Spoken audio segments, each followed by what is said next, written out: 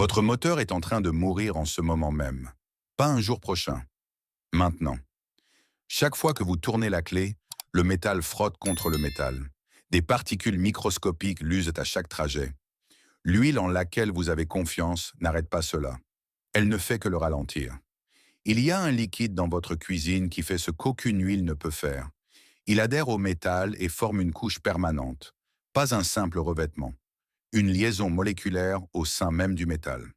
Les ingénieurs militaires ont découvert cela en 1943. Les programmes aérospatiaux l'ont utilisé dans les moteurs à réaction pendant des décennies. Les tests en laboratoire ont montré que l'usure du moteur était réduite de 92%. Un mécanicien de Détroit l'a utilisé sur un moteur rincé à fort kilométrage. Ce moteur tourne encore aujourd'hui sans avoir été refait. Alors l'industrie automobile a fait ce que les industries menacées font toujours. Ils l'ont enterré, non pas parce qu'il avait échoué, mais parce qu'il fonctionnait trop bien. Un moteur qui dure éternellement ne peut pas être vendu deux fois. Voici l'histoire du bisulfure de molybdène. Le composé à 2 dollars que l'industrie automobile de 800 milliards de dollars a passé 50 ans à s'assurer que vous ne trouveriez jamais. Maintenant, c'est ici que nous ouvrons les dossiers que l'industrie a maintenus sous clé en permanence. C'était en 1939 dans la ville de Zurich, en Suisse. Un chimiste nommé Max Irwin Gruber étudiait les lubrifiants industriels pour machines lourdes dans des conditions extrêmes de pression et de température. Il n'essayait pas de sauver des moteurs de voiture. Il essayait d'empêcher les équipements d'usine de s'autodétruire dans des conditions où tous les lubrifiants conventionnels échouaient totalement. Les huiles brûlaient immédiatement. Les graisses se liquéfiaient sous la charge. Le métal grinçait contre le métal jusqu'à ce que la machine entière soit définitivement hors d'usage. Gruber analysait des composés minéraux depuis des mois lorsqu'il a isolé quelque chose ayant une structure cristalline inhabituelle. Le bisulfure de molybdène trouvé dans certaines formations rocheuses avait des molécules disposées en couches hexagonales planes, comme une pile infinie de feuilles microscopiques comprimées fortement sous pression. Lorsqu'elles étaient comprimées, ces couches glissaient les unes sur les autres, sans presque aucune résistance mesurable. Ce n'était pas dû à une réaction chimique, mais à sa pure structure moléculaire physique. Gruber a immédiatement compris ce qu'il avait réellement trouvé ici. Ce n'était pas du tout un lubrifiant au sens classique de l'ingénierie. C'était quelque chose qui passait physiquement à faire partie de la surface même du métal. Il a publié ses conclusions dans un article de 1941 présenté à l'Institut suisse des sciences des matériaux. Le document enregistrait des niveaux de friction inférieurs à tout lubrifiant synthétique connu alors par la science. 2 ans plus tard, en 1943, le corps de l'artillerie de l'armée des États-Unis a été confronté à une crise critique. Les chars en Afrique du Nord tombaient rapidement en panne à cause des conditions du désert. Le sable détruisait la lubrification classique plus vite que les pièces de rechange ne parvenaient au front. Un ingénieur de l'armée nommé le colonel Raymond Walsh avait obtenu une copie traduite de l'article de Gruber de 1941 par l'intermédiaire de sources de renseignements militaires. Walsh a autorisé un test sur le terrain sur des chars Sherman opérant près de Tunis à l'été 1943. Les résultats sont arrivés sous 60 jours. Les moteurs traités avec le composé ont montré 68% d'usure totale en moins que les moteurs non traités dans des conditions de terrain identiques. Walsh a envoyé un rapport urgent classifié à Washington. À partir de ce moment, le composé a été ajouté au protocole de chaque moteur principal que l'armée a déployé jusqu'à la fin de la guerre. En 1945, il faisait partie de la dotation standard pour l'entretien des moteurs d'avion dans les 3 branches des forces armées américaines. Il protégeait les bombardiers au-dessus de l'Allemagne. Il se trouvait à l'intérieur des boîtes de vitesse, des péniches de débarquement, sur les plages des îles du Pacifique. Et pourtant, presque personne en dehors de l'ingénierie militaire n'en avait jamais entendu parler. Après la fin de la guerre, le composé est passé directement au programme d'ingénierie aérospatiale.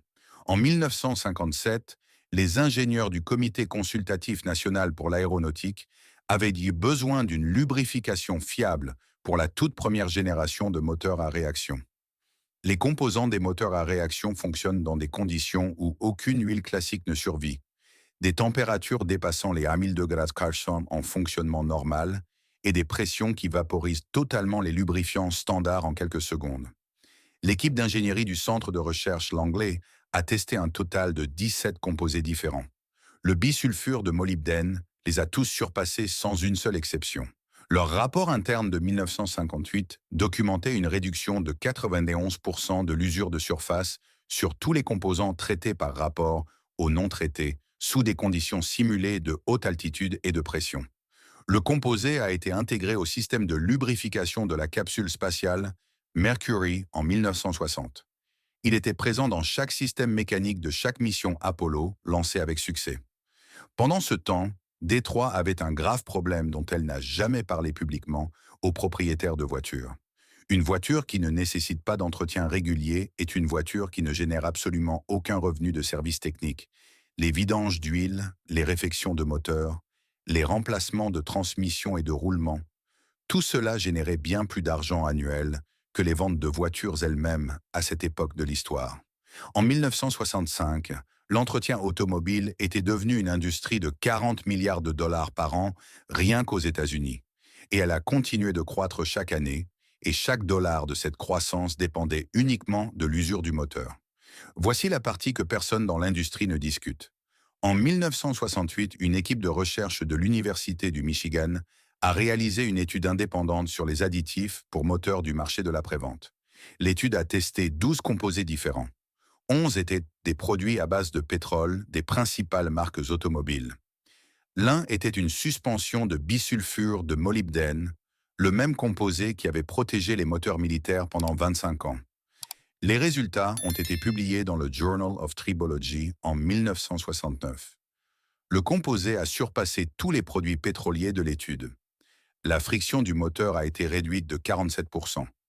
La contamination par particules métalliques dans les échantillons d'huile a chuté de 63% par rapport aux additifs pétroliers standards.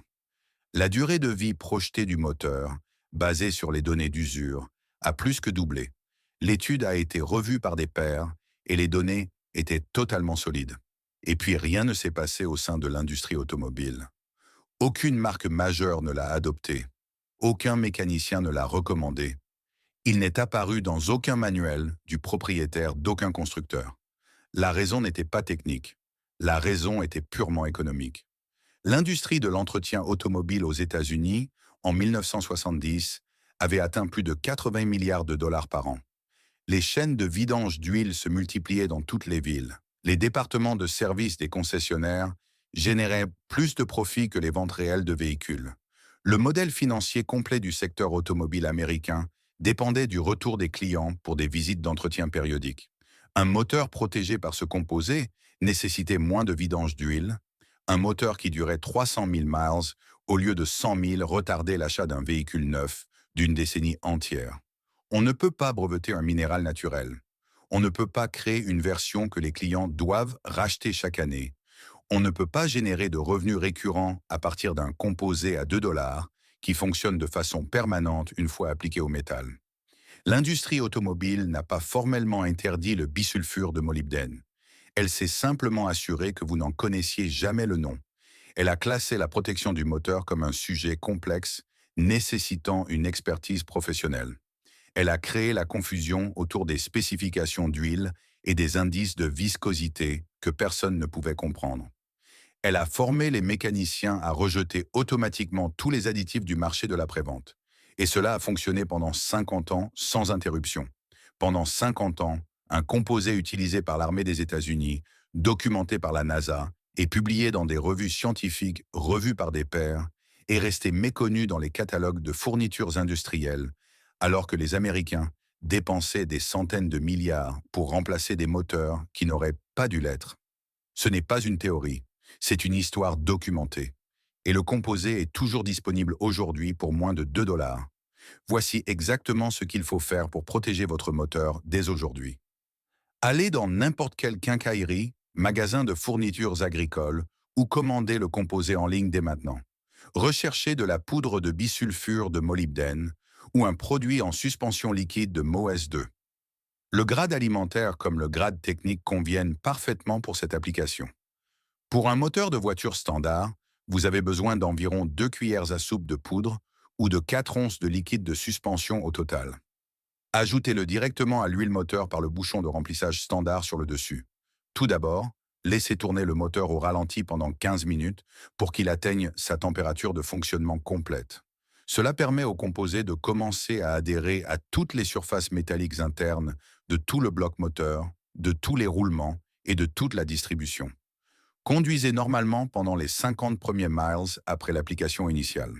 Pendant ces miles, le composé termine son processus de liaison permanente, comblant les irrégularités microscopiques de surface sur les parois des cylindres, les roulements du vilebrequin et tous les composants de la distribution.